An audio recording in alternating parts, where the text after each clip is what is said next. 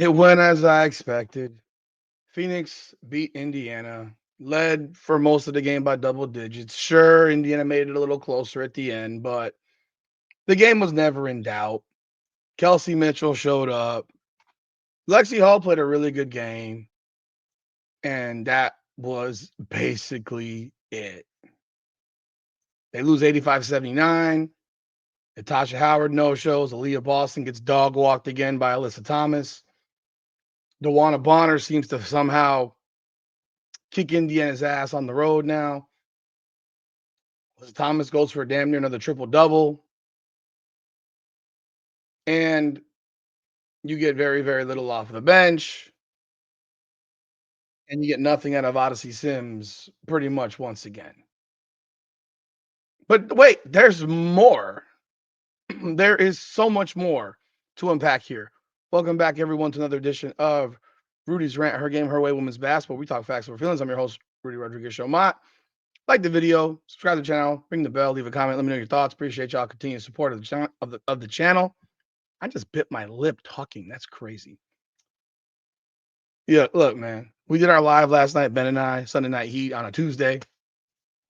Said what we had to say. I made some comments that maybe some people didn't like. You know how it goes. I'm gonna do that. That's who I am. Aaliyah Boston goes 5 of 15 for 11 points. Who the hell is playing center for the Phoenix Mercury? Who is guarding Aaliyah Boston for the Phoenix Mercury? Alyssa Thomas, who's 6'2". Natasha Mack, who's light in the ass. Satu Sabali, who's light in the ass. These are the players that, I mean, at some point, maybe all guarded her at some point. They got no size on this team. And somehow Aaliyah Boston finishes the game with 11 points. Okay, they'll say, oh, she had 7 assists. She's the connector. Ooh. They were down 15 at halftime. 10-0 run ended the first half. They came back, got it to 10 at the break, at the end of the third. But again, it was pushed back into, pushed up to 12 to 11, etc. in the fourth. Like I said, they got it a little close. They try to make it interesting. They're down 13. Whatever, they lost, right? Kelsey Mitchell goes for 27. Lexi Hill goes for 18. Plays well. But if you're going to quit, you might as well not show up. If you're going to quit, you might as well not show up. Kelsey Mitchell hits an 18-footer to make it a 6-point game with 19 seconds left. What do you think that you're supposed to do after that? It's a 6-point game. This is women's basketball. I equate this to low-level ball. What are you supposed to do? This is a game that Indiana kind of needs to win. Should try to win at least if they have an opportunity. You're down 6. There's always a chance. You should foul. What does Stephanie White do? She backs off. They don't foul. They let Phoenix run the clock out. Not understanding that. Not understanding that. Why would you let the clock run out? Stephanie White. That's why. Now, we already know that this team is probably going to make the playoffs as a 7-8 seed. Probably as, like I said, probably as a 7-8 seed. More likely an 8 seed. Right now, they are sitting at 21-20. I mean, my God, considering the fact that last year they were 20-20, shit. It's crazy. They are now the 8th seed behind Seattle, who's 22-20. Golden State's now 22-18.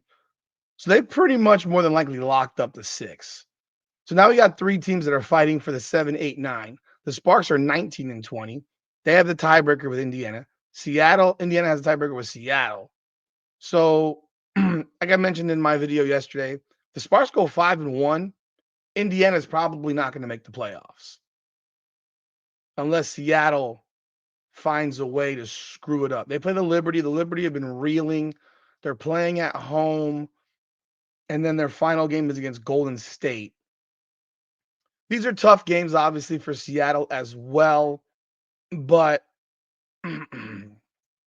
if Golden State has a playoff spot locked up, we'll see. Either way, I think Indiana ends up squeezing in as an 8 seed. Nonetheless, they're going to get dog walked. They're going to get knocked out in the first round, and this circus will end. But you want to know how bad it is when you have players from the other team going into a press conference and making comments that just sit there and make you scratch your head. Well, I'm gonna let you listen to one of them.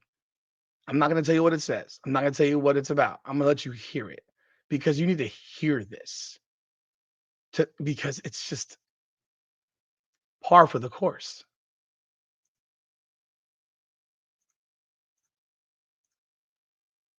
Here we have Alyssa Thomas and DeWanna Bonner. DeWanna Bonner went for 19 points in this game. DeWanna Bonner goes 6 of 11, 19 points, 4 rebounds. Alyssa Thomas, 23 points, 9 assists, 9 rebounds. Alyssa Thomas toyed with Aaliyah Boston all game. Toyed with her. It was a joke. Whooped her ass. Phoenix got 31 points off the bench. 31. Let's play this so you can hear what she had to say. What was said here? How do you do manage? I mean, like you said, we played what 2 years. Everything's pretty much the same stuff. Defense, offense. We know everything they're about to do. What? Let's play this again. What? Let's play this again. How do you do manage? I mean, like you said, we played what 2 years. Everything's pretty much the same stuff. Defense, offense. We know everything they're about to do. Wow. They know everything that Indiana's about to do. One, you got DeWanna Bonner on the team, so she's played with Indiana this year. But two, both these players played for Stephanie White, and Stephanie White hasn't changed anything up. It explains why the only time that Indiana found a way to beat Phoenix was when Aaliyah Boston had that. I think that was the game where she went crazy in the fourth quarter, start the fourth quarter. But also the team shot exceptionally well. They scored 107 points, gave up 101. It was 107, 101. But that's the only game that they found a way to win was because they went crazy offensively. Outside of that, you've basically been told by Alyssa Thomas that she knows exactly what Stephanie White's running. She knows what she's going to run on offense. She knows what she's going to run on defense. And there's been no deviation to all these things. And guess what, people? It shows on the court. Scored 79 points. The last game they played against Phoenix, they got beat by 35. I think they scored 60 points. Outside of that one flukish lightning in a bottle type of game where they shot the ball exceptionally well, they got no answer for Phoenix because their coach has no way to doesn't know how to adjust. She doesn't know how to change it up. You're playing your former players. You can't run the same shit. It's common sense. But this is Stephanie White for you. Now I'm going to go into another spot because I talked about this on the live as well. And again, some people may not like it, but it is what it is. I said very, very clearly, and I said it before, and I'm going to say it again, and I'm going to say it again, and again, and again. Caitlin Clark being on the Indiana bench is not helpful because Caitlin Clark doesn't know how to shut her mouth. You're not playing, yet all you got every game with her on the bench is incessant, nonstop complaining. She goes with the refs, I think, off the bench as much as she does when she plays. Maybe even more. Maybe it's even more noticeable because you're not in a uniform. I got all the respect in the world for Caitlin Clark. I really do. But she has gotten frustrating. watching her on the bench and watching her mannerisms and watching her get up off the bench. I want you to look at this. You see this picture right here. Coach, coach, coach, coach. Player, player, player, player, player. These are all players walking to the bench. That's Aaliyah Boston. That's Dantas. That's Ariel Powers. Odyssey Sims. Lexi Hall. It's Kelsey Mitchell on the right. There's Breonna Turner. Okay. You got right there next to Austin, whatever his name is. There's Caitlin Clark in the all black. You see her in the all black. Look at her hands doing this. I'm going to put myself on here. Doing this. She's doing this again. She's bitching and moaning at referees. You're not playing. Sit down. Why is this so hard? I don't understand it. Why is it so hard to sit down on the bench or go and chat it up with your players, your teammates? Talk to them. Stop talking to referees every single moment of the game. It's tired. It's played. Enough. But then you watch this, and it's been turned into back and forth with Bonner. But look where it started. It started with Caitlin Clark complaining to referees. So let's play it. But they come up, and then you see Caitlin Clark to the right behind. And now Bonner's yakking at Clark. Because look why is Clark? The coach coming out and jawing at DeWanna. Why is Clark all the way in? What is she doing? Sit down. You guys, some of you guys might think this is okay and cool. It's not. It's not. You never see players in the NBA in street clothes doing all of this. I don't care who it is. I don't even see this from other WNBA players when they're in street clothes doing this. If you want to be the coach, just ask for the job. DeWanna Bonner says, yeah, it was a foul. And Clark is saying, no foul. Yes, it was a foul.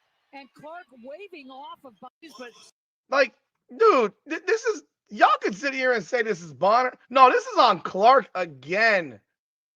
I know there'll be some people now that say, oh, you're a Clark hater now. No, I'm not. I'm a realist. If my player was doing this type of shit, you know what the issues. First of all, injured players, stay at home. You don't need to be at road games. You don't need to be at road games. I've said this 1,000 times. But she started this. She started it. Because Caitlin Clark can't not bitch to referees. Where's her father been? Y'all remember her own father told her to shut the fuck up from the stands.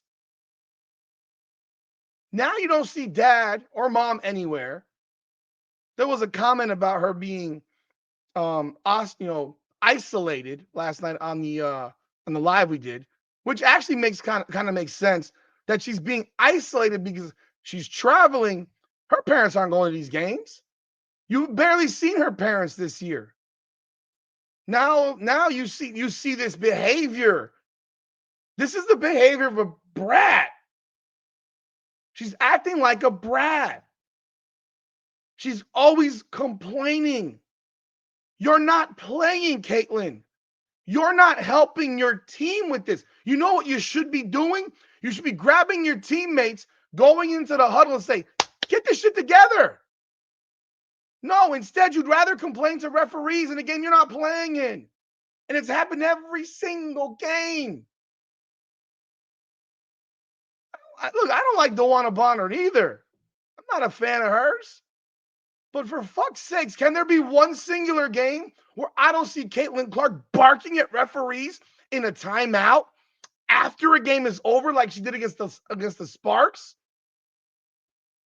She's always barking at referees in street clothes.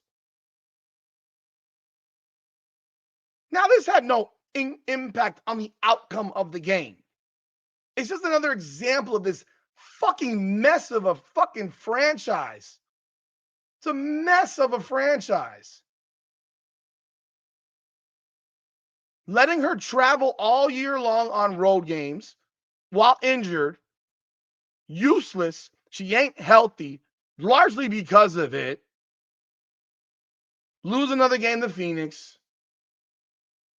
She's not really practicing. She's practicing against air. Stephanie White said she ain't ready. There are some people that now believe she's being held out till the playoffs. Why would you do that? I want to see Caitlin Clark play as much as anybody else. I don't want to see her be the fucking scapegoat for them losing because she shows up in an offense that's foreign to her, where they have her playing off of the ball standing in the fucking corner. Then again, like I said, this is not a good look. This is not a good look. It's not. You don't see anyone else doing stuff like this in games. You don't. I'm telling you, I watch tons of basketball. I never see most guys in the NBA who are in street clothes. They don't go to the road game, number one, if they're injured. And number two, if they're there, home or on the road, they got their phones in their hands half the damn time, looking at their phones, picking their nails, eating a hot dog. They're not even paying attention half of the game, let alone worried about foul calls and yelling at referees. They don't care. They don't give a fuck. But hey, there'll be people that defend this and say, oh, she went at DeWanna Bonner. Oh, great. DeWanna Bonner's playing. She's on court. DeWanna Bonner didn't start talking. DeWanna Bonner talking to her because Clark is 15 feet on the floor in a timeout, yakking at referees about a foul call that had just gotten called. That was a foul. And Bonner was going to the free throw line. I mean, whatever, dude. It's you got Stephanie White who can't adjust. You got Caitlin who's out of control sitting on the bench. She must be so stir crazy that she can't take it anymore. If you're that fucking stir crazy, stay home. Stay in the locker room.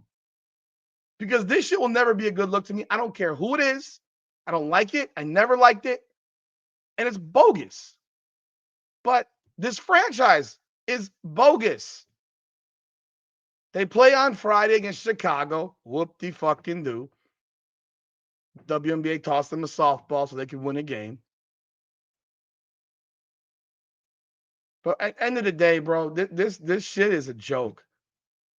From the fact that Stephanie White can't adjust, that her former players know exactly what she's running and said it. Nothing's changed. And now you got, Caitlin once again is getting into something in a game that she's not playing in.